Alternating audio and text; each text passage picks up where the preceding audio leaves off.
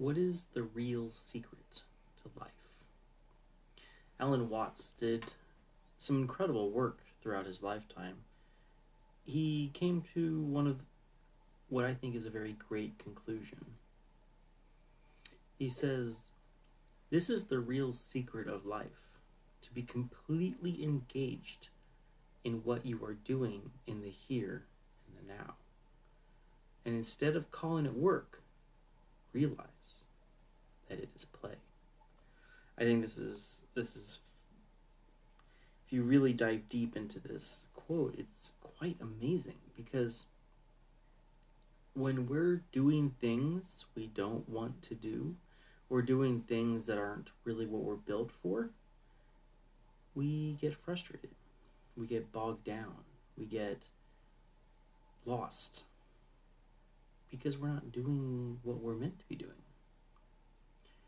And a lot of times in West especially, we get forced into working on all the skills that we're not good at. And what this does is it just increases frustration. And if you're loving what you're doing, you're going to not do it very well. This is where Alan Watts' quote really comes into play.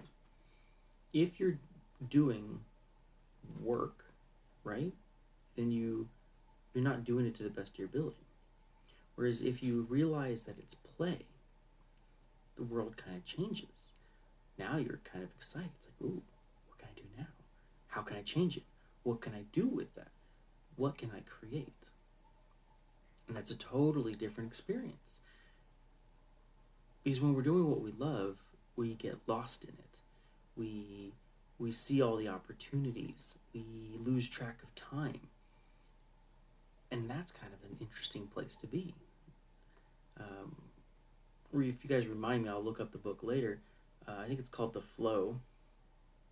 It's about what states are beneficial while you're working, and one of the states is when you kind of just zone in, and kind of everything else fades away to the background.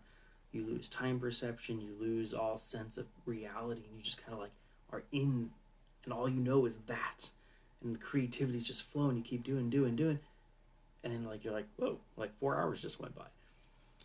That's kind of what Alan Watts is talking about, this flow state, as we kind of named it in modern culture.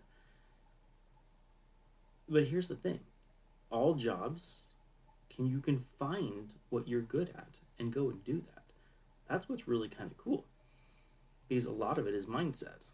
And then a lot is, what are your strengths? I don't know if you ever read Strength Finders, for example. There's a scale of 1 to 5. You have your skill level, which is your knowledge and your training. And then there's aptitude. This is your natural abilities without training. And you multiply those two together, so you have a scale between 1 and 25. A person who is an aptitude 1, but a skill of 5, the max they're ever going to get to is a 5. And this is kind of what we're talking about when they're saying do what you love. Because if you're naturally good at it, you're going to be better, you're going to enjoy it more, you're going to reach those flow states faster and easier, which means you're going to do better work, which means you're going to get paid more for doing it, and you're going to be less stressed and be more enjoyable. So it's kind of like all these things combined into one, and then you kind of got the other side of the equation. If you're going to do one thing in life, you better enjoy it, and it better pay you enough to do the things that you want to do in life.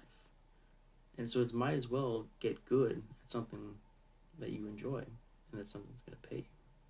It's kind of that beautiful kind of mixture between the two.